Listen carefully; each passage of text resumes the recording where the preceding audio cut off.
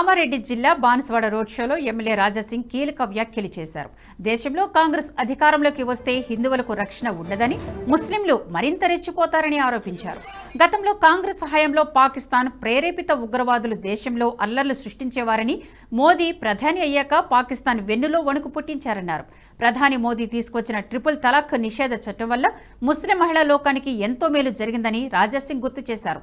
బీజేపీకి ఓటు వేసి మరోసారి మోదీని ప్రధాని చేయాలని కోరారు.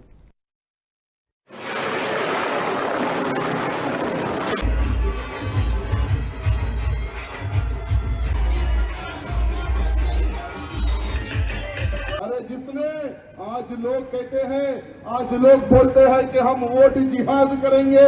आज बहुत सारे मुल्ला मौलवी मस्जिदों पर मीटिंग लगाकर कहते हैं कि हम मोदी को वोट नहीं करेंगे, हम कांग्रेस को वोट करेंगे। मेरे मुसलमान भाइयों से मैं आज पूछना चाहता हूं, क्यों?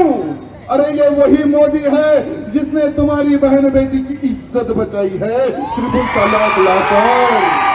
तो ट्रिपल तलाक हटा देंगे। अगर हम सत्ता में आएंगे तो अयोध्या में जो भव्य राम मंदिर बन रहा है, आज लाखों की संख्या में राम भक्त दर्शन कर रहे हैं, वहां पर बाबर नाम का एक ताला लगाएंगे और राम मंदिर हम फिर से बंद करवा देंगे। ये कांग्रेसी कहते हैं मेरे भाइयों। क्या ऐसा हम होने देंगे? क्या ऐसा हम होने देंगे? ये मोदी काल है। और आज पाकिस्तान जो थर थर थर थर कपाता है ना, भारत देश की ताकत को देखकर, भारत देश की सेना को देखकर, मोदी जी को देखकर, ये मणिशंकर अय्यर, ये कांग्रेसी के लोग दिमाग खराब हो गया इनका। ये कहते हैं कि उनके पास एटम बम है, तो मणिशंकर अय्यर को कहना चाहूंगा, अरे उसके पास एटम बम है तो हमारे पास भी एक बहुत बड़ा परमाणु बम है। अरे हिंदुस्तान है ये।